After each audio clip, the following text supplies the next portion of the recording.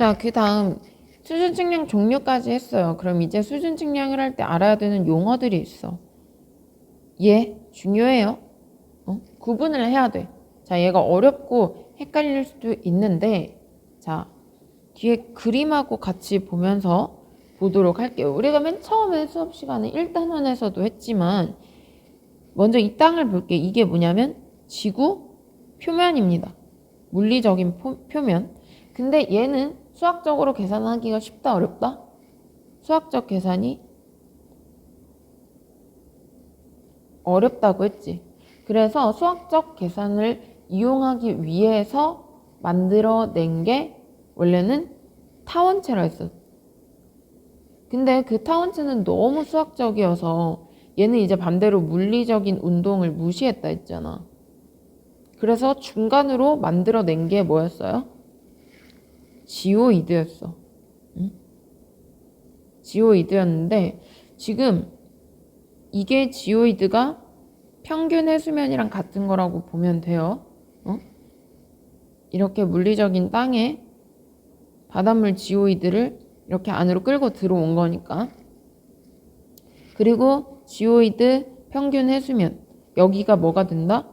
수준 측량할 때, 높이를 측량할 때 기준이 되는 면이다. 해서 얘네 세 개가 다 같은 표현이라고 보면 돼. 근데 지금 이 파란색으로 된 지오이드가 몇 개요? 왜 세 개야? 자, 보면 바닷물은 일정하게 그대로 항상 유지되는 게 아니라 비가 많이 오고 중력의 운동에 따라서 계속 높이가 바뀌죠. 그래서 이렇게 평균 해수면이 될 때도 있고 이렇게 될 수도 있어.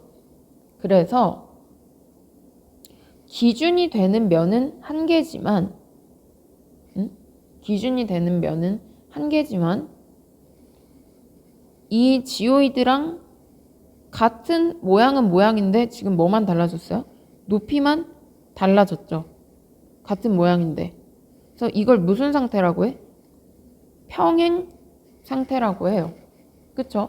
지금 똑같이 위치만 바뀌었잖아. 평행하게 움직여서. 그래서 나머지 기준면을 제외하고 모양이 같은 이런 면들은 다 뭐라고 부르냐면 수준면이라고 하고 또는 수평면이라고 해요. 응? 자, 평균 해수면을 우리가 여기를 기준으로 했는데 이거보다 바다가 높아질 때도 있고 이거보다 낮아질 때도 있고 더 높아질 때도 있고 이렇게 무수히 많겠죠. 응? 그래서 이 지오이드, 기준이 되는 지오이드와 평행한 같은 모양의 면들을 다 통틀어서 수준면,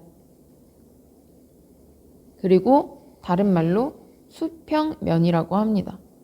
여러분, 수평면이라고 해서 이렇게 수평으로 된 면이라고 생각하면 안 돼요. 이렇게 착각하기 쉬운데 수평면은 일자여서 수평면이 아니라 이 지오이드와 평행한다고 해서 수평면이야. 자, 그러면 설명을 해볼게요. 자, 수준 측량을 할 때 알아야 되는 용어 첫 번째는 수평면은 중력 방향과 직각이다. 자, 이 면들이 다 수평면이라고 했지. 그리고 지구의 중심이 여기 어딘가 있을 거 아니에요. 그러면 이 방향으로 중력이 이렇게 가해지겠지, 중력. 자, 보니까 이 수평면들은 이 중력과 무슨 방향이야, 지금? 직각 방향을 이루고 있다. 자, 그래서 중력과 직각을 이루고 있는데 수평이라고 해서 일자라고 생각하면 된다, 안 된다? 안 된다. 그림 보니까 어떻게 돼 있어요? 이렇게 곡면으로 돼 있지. 그래서 얘는 중력과 직각을 이루고 있는 곡면이고 또 지오이드와 어떻게 된다? 평행하다. 이렇게 얘기했습니다. 그래서 얘는 같은 말로 수준면이라고 한다고 했습니다. 지오이드는 이게 기준이에요. 기준면. 자, 그럼 기준면부터 보면 기준면은 높이를 결정하기 위한 기준으로 그 지점을 표고 높이 0으로 정한 수평면이다. 이렇게 수평면들이 엄청 많은데 그 중에서 하나를 기준으로 정한 거야. 그게 지오이드다. 그래서 여기를 0m로 보겠다라는 거예요. 그러니까 수평면은 여러 개, 엄청 많아요. 수평면은 무수히 많은데 그 중에서 표고를 0으로 정한 하나를 기준면이라고 합니다. 이렇게 생각하면 돼요. 자, 그럼 다시 돌아와서 수평면이 지오이드랑 평행한 곡면이고, 그럼 수평선이 있어. 수평선. 수평선은 뭐냐면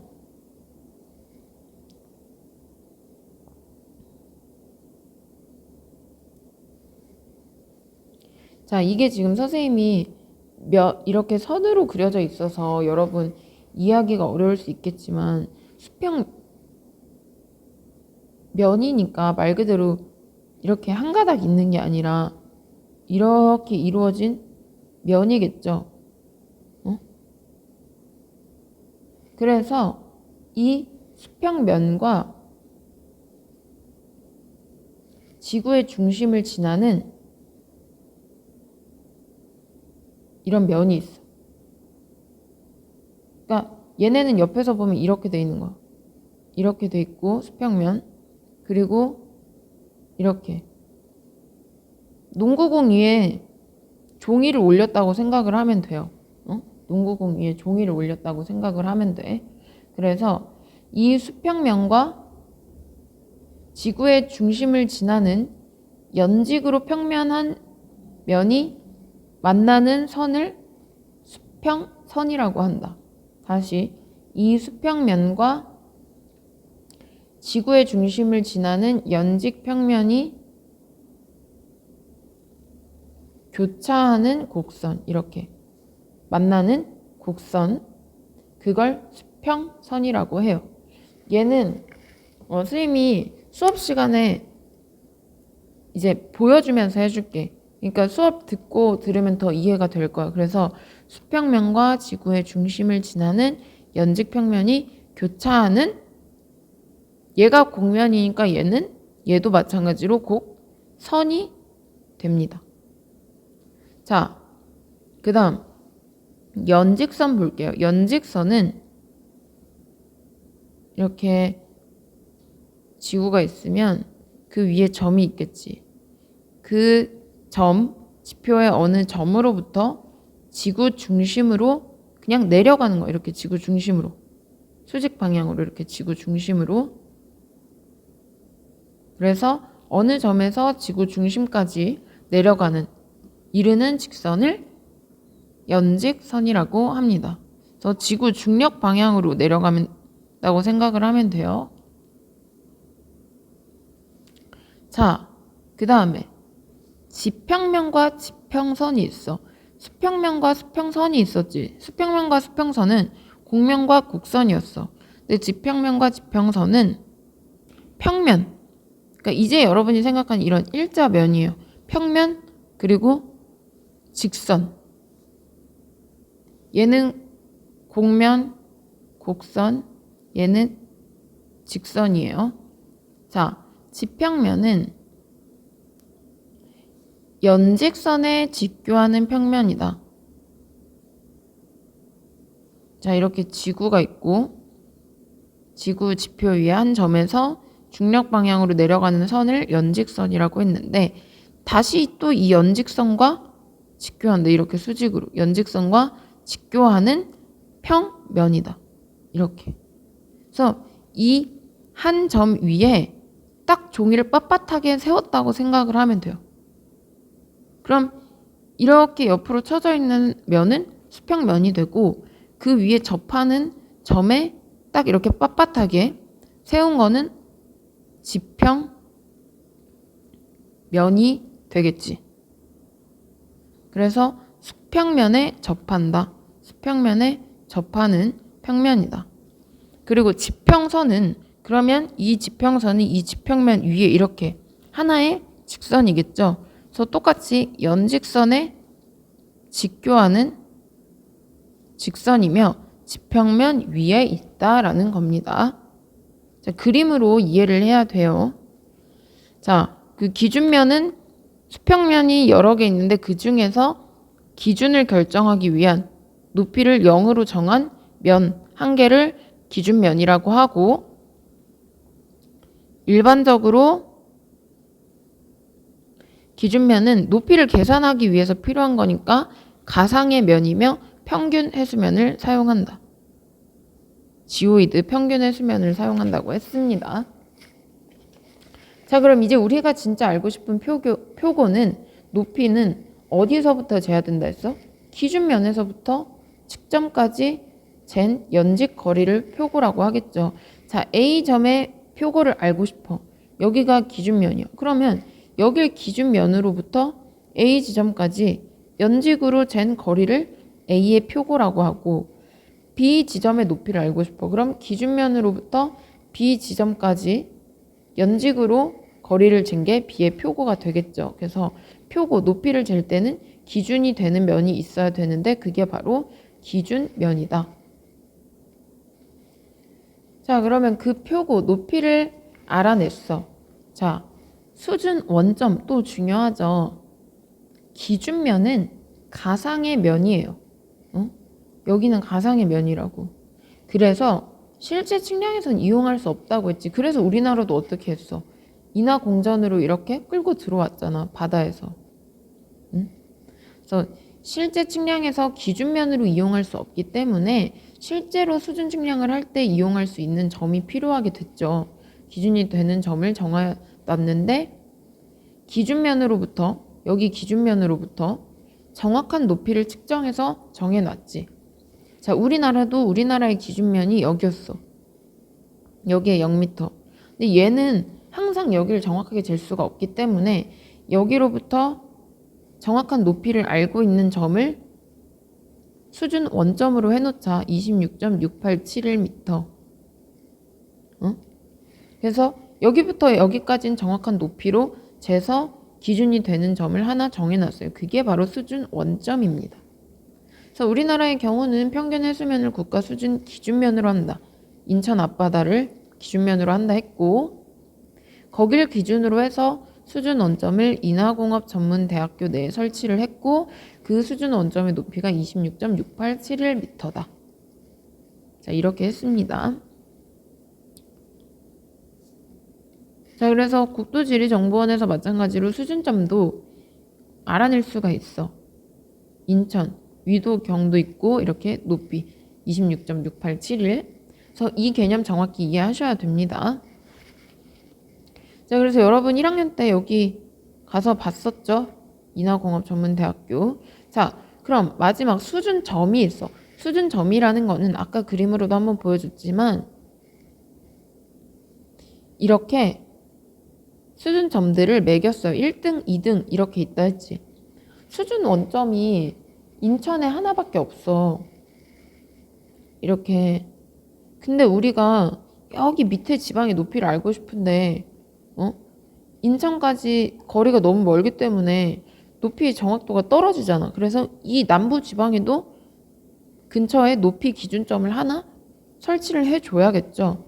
그래서 수준점이라는 거는 벤치마크라고 부릅니다. 그래서 기준 원점으로부터 표고를 정확하게 측량해서 표시해둔 점이다. 여기서 기준 원점은 수준 원점을 얘기해요. 기준 원점은 수준 원점이다. 이렇게 바다 수준면이 있고, 수준면으로부터 기준면으로 이렇게 바다 0m, 기준면으로부터 정확하게 높이를 재고 들어왔어. 26.687m. 여기가 인천이야. 그리고 이제 수원도 높이를 알아야 돼. 근데 수원의 높이를 알고 싶은데 매번 인천을 갈 수 없으니까 수원에도 점을 하나 해둔다고. 근데 이거보단 모양이 작겠죠. 그래서 기준 원점으로부터 표고를 정확하게 측량했다. 여기 기준 원점으로부터 수원까지 높이가 약 10m 정도래. 그럼 여기 수준점의 높이는 몇 미터라고? 36.687m 이렇게 된다라는 거예요. 그래서 수준 원점은 인천에 하나가 있고 그걸 기준으로 높이를 재서 지역마다 수준점들을 표시를 해 두었다. 그래서 아까 얘기했죠. 1등 수준점은 4km마다 그리고 2등 수준점은 2km마다 해서 전국에 약 6,000개가 있다라고 합니다. 이게 아마 다 해서 6,000개가 되나 봐. 한번 찾아봐야겠네. 그래서 수준점을 설치해서 운영하고 마지막 수준망은 삼각망도 삼각점들을 다 연결하면 그물망처럼 망이 된다고 했죠. 얘도 마찬가지로 수준점들을 다 이어. 그러면 뭐가 돼? 그물망처럼 수준망이 됩니다. 우리나라의 1등 수준망은 총 38개 노선으로 되어 있다라고 합니다. 자, 얘는 선생님도 사실은 정확하게 어디에 뭐가 있고는 다 몰라요. 그래서 그렇대. 자, 한번 꼭 이해는 해야 돼. 자, 그 다음에 수준 측량 기계를 보도록 하겠습니다. 수준 측량에 사용하는 기계. 얘는 크게 어려운 거 없으니까 빠르게 넘어갈게요.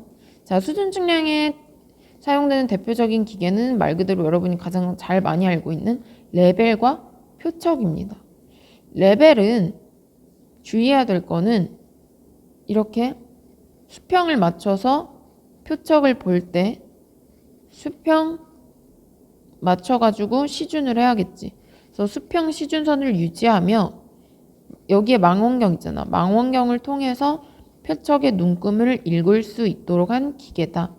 그래서 이렇게 자가 있고 표척이 있고 이 표척을 읽는 기계들을 레벨이라고 하는데 거기엔 여러 가지가 있어요. 우리가 접한 거는 수동 레벨밖에 없지. 여러분 수업 시간에 한 거. 자, 첫 번째 미동 레벨은 미동은 미세하다는 뜻이야. 그래서 다른 말로 틸팅 레벨이라고도 부르는데 틸팅은 영어로 틸트 이게 기울이다 라는 뜻이거든요. 그래가지고 망원경이나 기포관을 연직 방향 축에 관계없이 기울일 수 있는 구조다. 기울일 수 있는 거를 미동 레벨이래. 선생님 사실 한 번도 본 적이 없어요. 자, 자동 레벨은 아까 잠깐 언급을 했었죠. 자동으로 수평을 맞춰준다. 그래서 처음부터 완전히 딱딱딱 AI처럼 맞춰주는 게 아니라 우리가 기포관을 계략적으로 수평을 어느 정도 대충 맞추면 그 망원경 안에 들어있는 컴펜세이터래. 컴펜세이터. 이게 자동으로 수평을 맞춰준대. 그러니까 어느 정도 손으로 이렇게 조절을 해서 수평을 맞춰주면 그 안에 들어있는 컴펜세이터가 나머지 자동으로 수평을 맞춰주는 게 자동 레벨이고 레이저 레벨은 선생님 이거 본 적 없어요? 여기에 레이저를 쏜대. 그래서 여기 어디에 표척이 있어. 그럼 여기서부터 이렇게 레이저를 쏴서 레이저 빔을 전송을 해서 돌아오겠죠. 프리즘이 있으면. 그 돌아오는 거를 읽어서 프리즘을 이용해가지고 높이차를 파악하는 게 레이저고 레이저이기 때문에 그만큼 신속하다.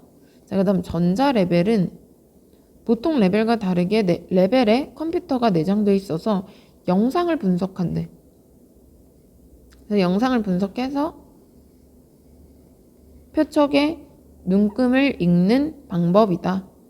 그리고 다른 말, 얘는 바코드를 사용한대요. 자, 우리가 본 거는 이렇게 숫자가 되어 있는 건데 그 뒤편에 바코드가 있대. 그래서 이걸 이용하는 게 전자 레벨이에요. 이렇게 생각하면 돼. 여러분 물건 살 때 바코드 찍잖아. 그것처럼 전자로 바코드를 찍어서 높이를 읽어준다. 자, 핸드 레벨은 말 그대로 핸드, 손으로 휴대해서 다니는 거예요.